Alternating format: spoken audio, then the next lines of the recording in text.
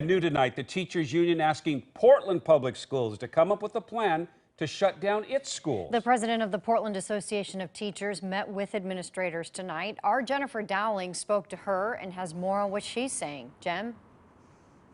Good evening. The president of the union believes that PPS will close its schools ultimately, but she says she wants the district to come up with a plan in order to give parents a timeline and teachers so they can prepare.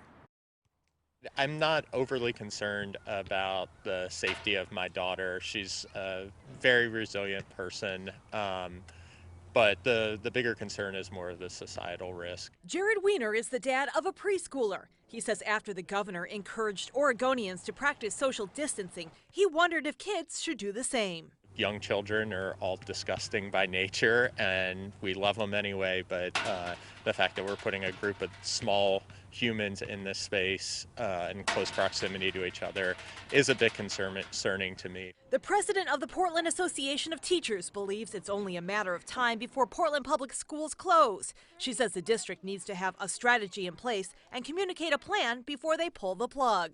After all the news and the governor's issue last night, it became very clear that we do need to close our schools and we need to start planning for it immediately. Cohen says teachers within PPS have expressed concerns about some students who are too young or unable to follow the hygiene practices needed to stop the coronavirus. It's hard to teach to standards when there's a pandemic going on. She says some are also running low on supplies.